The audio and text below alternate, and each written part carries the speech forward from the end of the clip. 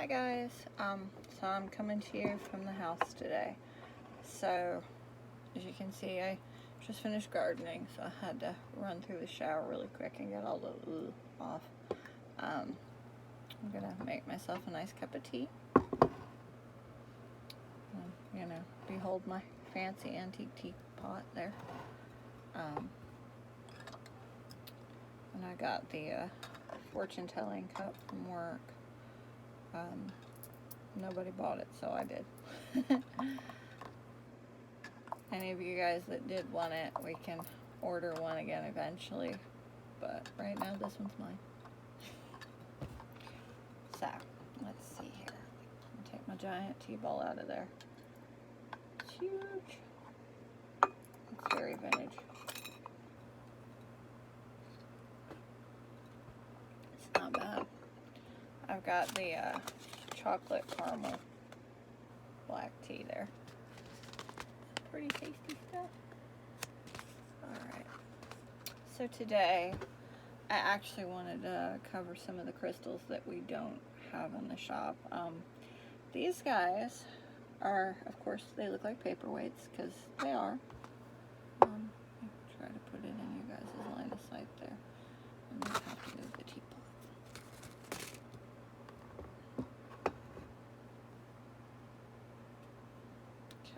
So here's the other one. Okay. And you're probably like, oh, why are those paperweights important? They're just paperweights. But they're not. They're actually made from the ashes of the Mount St. Helens volcano. There is a green type of glass that formed when Mount St. Helens erupted. It's called Gaia glass. And these guys are very similar. They're made from the ash.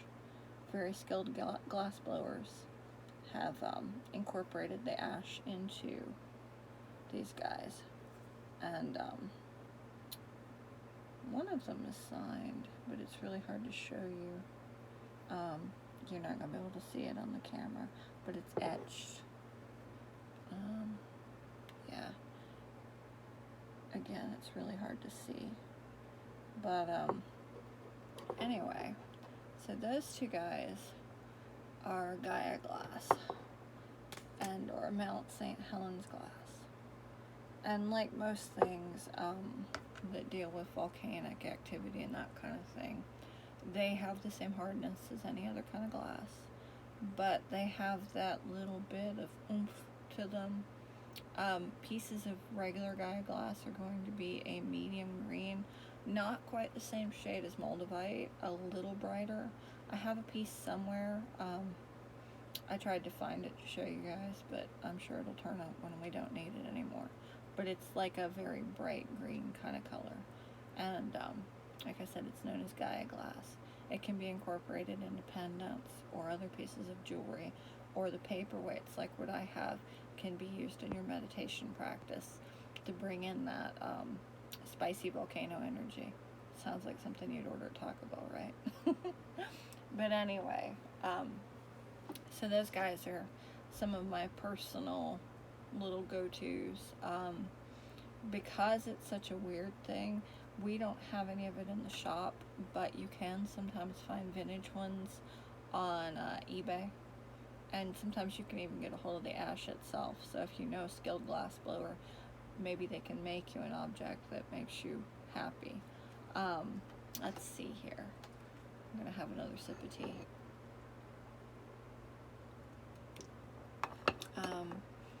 Instead of our daily tarot card reading that's not so daily, we're going to use the Therapets deck today.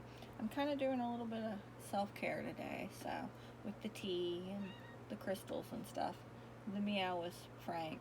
He's very naughty. That is not your tea, sir. He was supposed to be a barn kitty cat, but he keeps coming in the house, so he's decided that he lives here. He thinks he's pretty hot stuff. Yeah. Go back to stealing the big kitty's toys, my dude. Alrighty. So, we were doing the Therapets deck before Frank so rudely interrupted us. Frank has no concept of boundaries. Let's see here. Alright, so I've got this card for today. And I know that on the camera it tries to reverse it sometimes. It says no one else knows what they're doing either. It's all going to turn out fine. And these are cute, adorable little cards. I say little, they're not at all little. They're by Kate Allen. They're all very brightly colored and they're really very uplifting. For those of you who aren't huge fans of tarot cards, who prefer oracle decks, I really like these. On days when my brain's just not functioning real great, like today, and I don't feel like I can, work with the tarot, I'm just a little fuzzy on the inside, I turn to, simpler things like these guys because they're self-explanatory, they're very uplifting, and they have super bright colors. And I'd like to thank Suzanne for introducing them to us. She brought them in. She had a deck of them, and they're just wonderful. We're so glad she took the time to share them with us. So anyway, we've had our Mount St. Helens glass.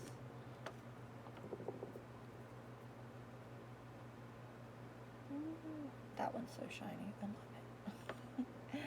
And if I ever find my piece of Gaia glass, I will try to show it to you guys. But it's really like a green, like, again, like I said, not moldavite green, but like a brighter green than that. And it doesn't have the electrolytes in it like moldavite does. The electrolytes are the little air bubbles and little squirrely things you get because of air and dirt that got in there. With the Gaia glass, because it is actual glass, it doesn't fall under the category of obsidian or tektite glass because it's man-made, but it still has that really awesome energy from Mount St. Helens, and that's one of the most recent kind of events like that we have access to material from. So it has a really interesting energy. It's a very young energy compared to your moldavites or your Apache tears or those kind of things. Those have a more solid, ancient energy. These guys are a little more young, a little less stable. So you don't always have the consistency. So if you like a lot of consistency when you're meditating or working with your crystals, stick to the older, more stable guys. All right, folks. I think that's going to be all for today. And, we'll be back at it tomorrow at the Cat and the Crow. Don't forget to like us, share us, go to the Cat and the Crow Georgia Facebook page and spend some time there. For those of you who are local to our area here in Georgia, we have a meetup group. It's the West Georgia Pagans. It's a gathering that we do monthly. Sometimes monthly. Frank is down there playing with things again. So, but we're a small business and we're local ladies, so it helps us every time you like us, every time you share us, every time you tell your friends about us. It definitely helps us out. So please don't forget to do that. It always means the world to us when you guys take the time to make that happen. Let's see here. I think I've covered everything. That's starting to be my trademark statement. But in this case, there was a couple things I wanted to share with you guys, and I'm just kind of going through my mental checklist to make sure that I did. With my self-care thing that I'm doing today, I've also got my Healer's Gold, and I wanted to show it to you. It's another one that unfortunately we don't currently have in the shop, but I can always try and get it in for you if it's something you absolutely have to have. It's a metallic kind of stone, as you can probably see. It's kind of an interesting sort of crystal. I'm going to set it there. I'm going to move the camera for a second so you guys can see it kind of a little closer. Let's see.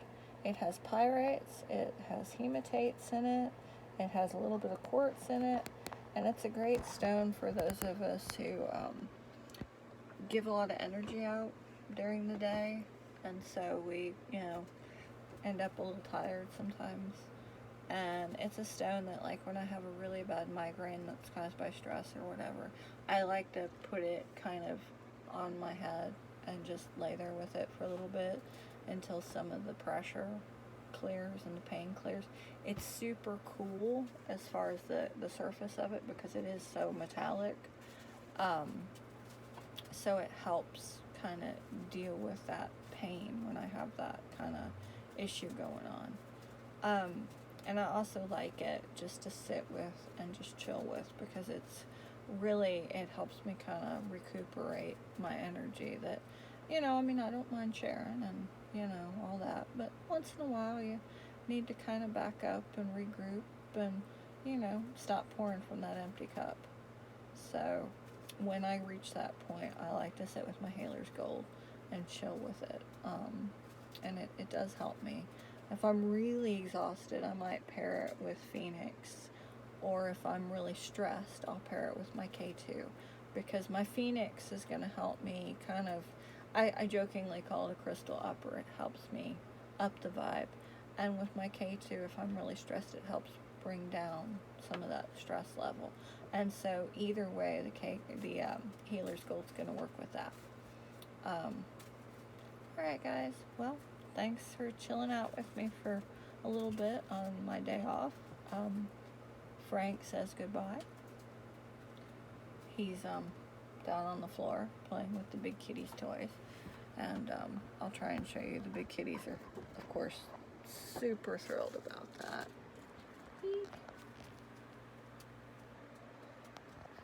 I don't know if y'all saw the look on his face, but he's upset that Frank's got his toy. So I better see if I can't find him another toy to play with. Alright guys, have a good day. Bye-bye now.